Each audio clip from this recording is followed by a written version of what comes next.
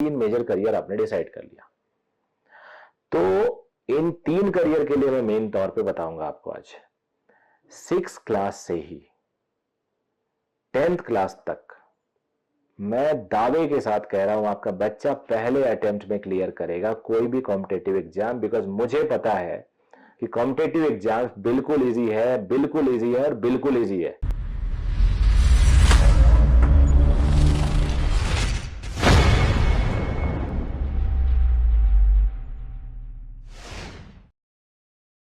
लेकिन आज जो पेरेंटिंग का मैं डिस्कशन करना चाहता हूं, छोटा सा मैंने सोचा वीडियो बनाऊं आपको 5-10 मिनट के लिए। तो ये 6वीं क्लास से 10वीं क्लास के बच्चों के लिए मैं ये वीडियो बनाना चाहता हूं, because what I believe it's a right time for decision of career prospects कि बच्चा क्या करे। तो इसमें कई फैक्टर आते हैं।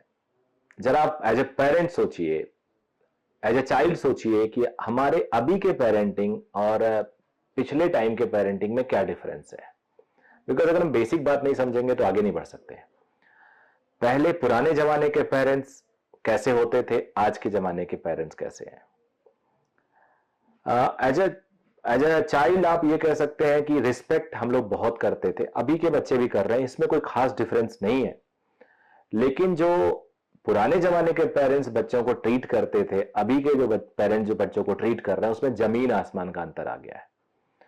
पहले पिटाई से बात होती थी, मतलब इनफैक्ट अगर हम कोई गलती करके मार खा के आते थे अपने स्कूल में तो घर पे और पिटाई होती थी, तूने बहुत गलती कर दिया होगा इसलिए मार खाया। आज अगर बच्चा बोल दे कि मेरे को टीचर ने क्लास में डांट दिया, सबके सामने थप्पड़ मार दिया, तो पेरेंट्स शायद केस कर दे। हालांकि कुछ रीजन है इसके पीछे। मेजर रीजन तो ये सबके एक एक दो दो बच्चे हैं, सब बड़ा पैम्पर्ड बच्चे हैं। दूसरा रीजन है कि बच्चे आज के टाइम में थोड़ा ज्यादा इमोशनल हैं। तो इमोशनल है बच्चे, सेंसिटिव बच्चे हैं, थोड़ा कम एक्सपोज्ड बच्चे हैं। पहले के टाइम में रफ एंड टफ होते थे।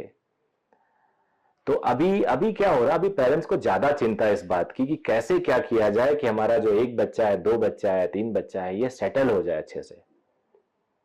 मैक्सिमम पेरेंट्स पूरा फोकस करते हैं, कुछ एकदम नेचर पे छोड़ देते हैं, जो होगा देखा जाएगा।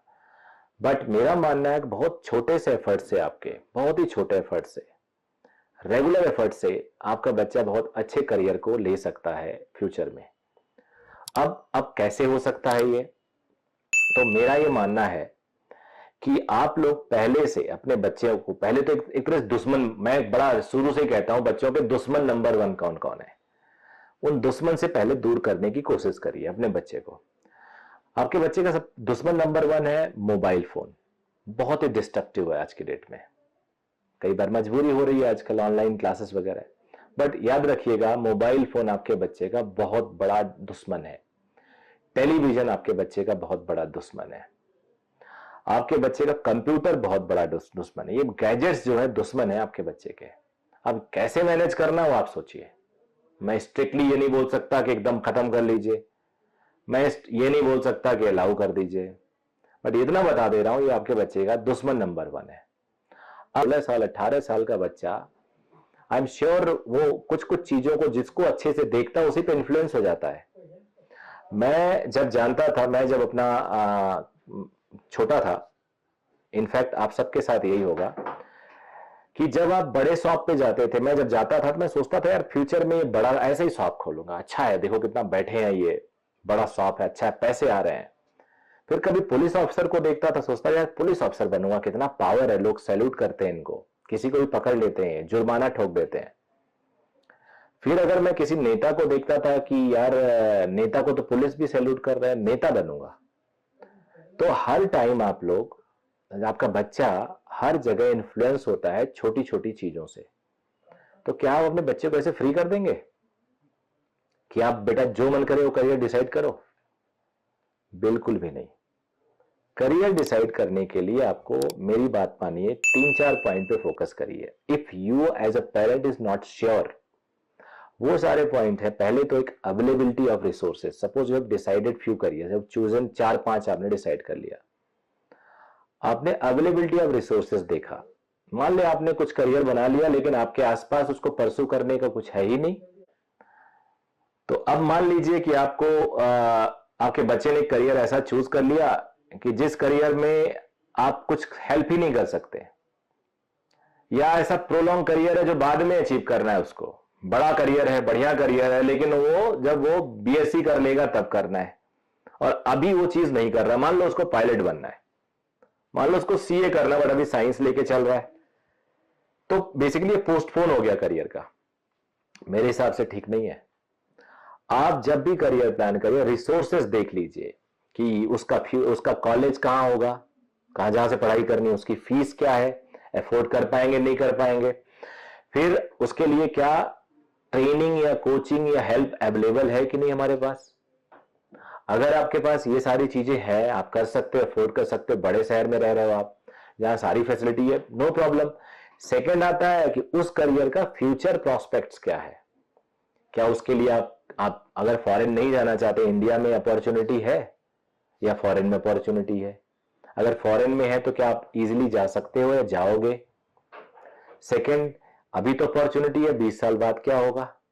बिकॉज मुझे याद है जब मैं बीटेक कर रहा था तो उस time mechanical engineering was considered as one of the best, electronics was very nice best, और कंप्यूटर शुरू शुरू में आया था। अब देखिए मैकेनिकल काफी नीचे हो गया, सारी चीजें कंप्यूटराइज हो रही हैं। तो आपको ये चुनना होगा कि जो आप करियर चूज कर रहे हो, क्या वो करियर आगे आने वाले टाइम में, अगले 20 साल 30 साल में इतना ही लुक्रेटिव होगा जो अभी है। तो एक तो आपको फ्यूचर प्रोस्पेक्ट्स देखना होगा, फिर आपको देखना होगा कि मान लीजिए जब पेरेंट मैंने डिसाइड कर लिया बट मेरे बच्चे का बिल्कुल इंटरेस्ट नहीं है। इंटरेस्ट अगर ना भी हो तो हम थोड़ा बहुत जनरेट कर सकते हैं, बट क्या उसका एप्टीट्यूड है। आपका बच्चा सपोज करिए बिल्कुल फिजिकली वीक है, लेजी है, और आप उसे चाहो स्पोर्ट्स में ले जाने का, आपने कोशिश भी किया और बार बार वो फेल हो रहा है, तो आपको नहीं करना चाहिए। आपका बच्चा पढ़ाई में बहुत वीक है, पैरेलली वो बहुत अच्छा क्रिकेट खेलता है, बहुत अच्छा फुटबॉल खेलता है, आपके बार बार एफर्ट करने के बाद भी थोड़े थोड़े टाइम में उसकी वो जो टैलेंट है वो दिख जाता है। तो आपको सोचना होगा कि आपके बच्चे का इंटरेस्ट क्या है, तो यहां पे इंटरेस्ट का रोल आ जाता है। फिर उसके बाद आप अगर मान लीजिए, मैं अभी एकेडमिक की बात कर रहा हूं, आपने अपने बच्चे के लिए कुछ करियर डिसाइड कर लिया, सपोज करो 3-4 ऑप्शन आपने डिसाइड कर लिया, और या कुछ नहीं किया, even you have just planned in a career in academic. Academic में भी आईआईटी कराना है, आपको बच्चे को भेजना है, बीटेक, आपको एमबीबीएस कराना है, या सिविल सर्विसेज में भेजना है आपके बच्चे को। मान लीजिए 3 मेजर करियर आपने डिसाइड कर लिया, तो इन 3 करियर के लिए मैं मेन तौर पे बताऊंगा आपको आज। 6 क्लास से ही 10th क्लास तक मैं दावे के साथ कह रहा हूं आपका बच्चा पहले अटेम्प्ट में क्लियर करेगा कोई भी कॉम्पिटेटिव एग्जाम, बिकॉज मुझे पता है कि कॉम्पिटेटिव एग्जाम बिल्कुल इजी है, बिल्कुल इजी है और बिल्कुल इजी है। 6 क्लास का मैथ, 6 क्लास की साइंस, 6 क्लास की हिस्ट्री, एसएसटी जो होता है, ज्योग्राफी, 6 क्लास का बिल्कुल कॉन्फिडेंस के साथ रटवा दीजिए अलग से। फिर 7th क्लास, फिर 8th क्लास, फिर 9th, फिर 10th, फिर चैन से सो जाइए, आपका बच्चा पहले अटेम्प्ट में हर कंपटीशन निकालेगा। I have gone through the syllabus of 6, 7, 8, 9, 10th। I have gone through the syllabus of ICSE board, CBSE board, state board of these classes. Believe me, these are excellent. In fact, इसी पे पूरा का पूरा focus 11th 12th में किया जाता है और हायर क्लासेस में। आप ये भी याद रखिएगा कि इस टाइम जो 6 से 10 तक का टाइम होता है, बच्चा रट के एग्जाम देता है, जैसे पानी पिया और कुल्ला कर दिया ले जाके, रिटेन नहीं करता। उसका पूरा फोकस रहता है how to get a score in school, और स्कूल का पूरा फोकस रहता है कि जैसे तैसे बच्चे को याद करवा दे, रटवा दे। कॉन्फिडेंस उनका बिल्डअप तभी होगा जब आपका बच्चा क्वेश्चन को मल्टीपल मेथड से सॉल्व करेगा, मल्टीपल तरीके से सोचेगा, फंडामेंटल क्वेश्चन के फंडामेंटल में जाएगा। ये आपको करना पड़ेगा, और इन सब के लिए कभी भी ये मत सोचिए कि आपने 10 ट्यूशन कर दिए, ये कोचिंग करवा दिया, वो करवा दिया और आपका बच्चा आगे बढ़ेगा। बिलीव मी, कम से कम डिपेंडेंट बनाइए अपने बच्चे को। कम से कम, मैं कोचिंग चला रहा हूं फिर भी बता रहा हूं, अपने बच्चे को कम से कम डिपेंडेंट बनाइए। जब वो खुद सर्च करेगा, सोल्यूशन ऑफ ए प्रॉब्लम, तो उसका ब्रेन ज्यादा वर्क करेगा और वो अच्छा आउटपुट देगा आपको। तो मेरी आप लोग से हाथ जोड़ के प्रार्थना है, अपने बच्चे को टाइम दीजिए। आप अपने करियर के चक्कर में अगर ज्यादा पढ़ेंगे तो आपके बच्चे का करियर उतना बढ़िया नहीं हो पाएगा, कंप्रोमाइज करना पड़ेगा थोड़ा बहुत।